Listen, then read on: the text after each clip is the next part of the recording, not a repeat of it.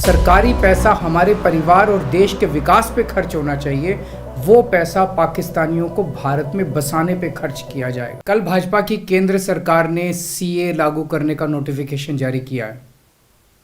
10 साल देश पे राज करने के बाद ऐन चुनाव के पहले इन लोगों को सीए की बात करनी पड़ रही है। अगर 10 साल में कुछ अच्छा काम कर लेते तो शायद आज सीए की जगह अपने कामों पे वोट मांग रहे होते। आज देश के सामने सबसे बड़ी समस्या महंगाई और बेरोजगारी की है। किसी को भी घर चलाना मुश्किल हो रहा है, इतनी ज़्यादा महंगाई हो गई है, कमर तोड़ महंगाई हो रही है। उधर हमारे युवा दर दर की ठोकरें खा रहे हैं रोजगार के लिए, उनके ऊपर डंडे लाठियां बरसाई जा रही हैं। ऐसे में सरकार बेरोजगारी और महंगाई का समाधान ढूंढने की बजाय सीए की बात कर रही है, तो ये बड़े दुख की बात है। ये सीए आखिर है क्या? बीजेपी की केंद्र सरकार का कहना है कि 3 देश, बांग्लादेश, पाकिस्तान और अफगानिस्तान, इन 3 देशों के अल्पसंख्यक जो हैं वो अगर भारत की नागरिकता लेना चाहें तो उन्हें भारत की नागरिकता दे दी जाएगी। इसका मतलब बड़ी संख्या में यहाँ से अल्पसंख्यकों को हमारे देश में लाया जाएगा, उनको रोज़गार दिए जाएंगे, उनके लिए घर बनाए जाएंगे, उनको यहाँ बसाया जाएगा। अजीब बात है ना। बीजेपी की केंद्र सरकार से हमारे बच्चों को रोजगार दिए नहीं जा रहे, पाकिस्तान से लोगों को लाके उनके बच्चों को रोजगार देना चाहते हैं।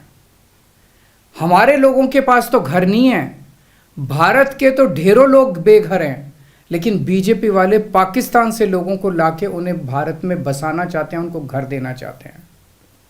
हमारे रोजगार उनके बच्चों को देना चाहते हैं, हमारे हक के घर उनमें पाकिस्तानियों को बसाना चाहते हैं। भारत सरकार का जो सरकारी पैसा हमारे परिवार और देश के विकास पे खर्च होना चाहिए, वो पैसा पाकिस्तानियों को भारत में बसाने पे खर्च किया जाएगा। इन 3 देशों में लगभग 2.5 से 3 करोड़ अल्पसंख्यक हैं। ये तीनों बहुत गरीब देश हैं। जैसे ही भारत के दरवाजे खुलेंगे, इन 3 देशों से भारी भीड़ हमारे भारत में आ जाएगी।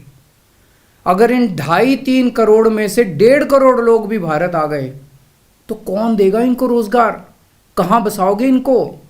बीजेपी वाले अपने घर में बसाएंगे क्या इनको? इनके अपने घर में रखेंगे क्या इनको? बीजेपी वाले देंगे क्या इनको रोजगार? कौन देगा इनको रोजगार?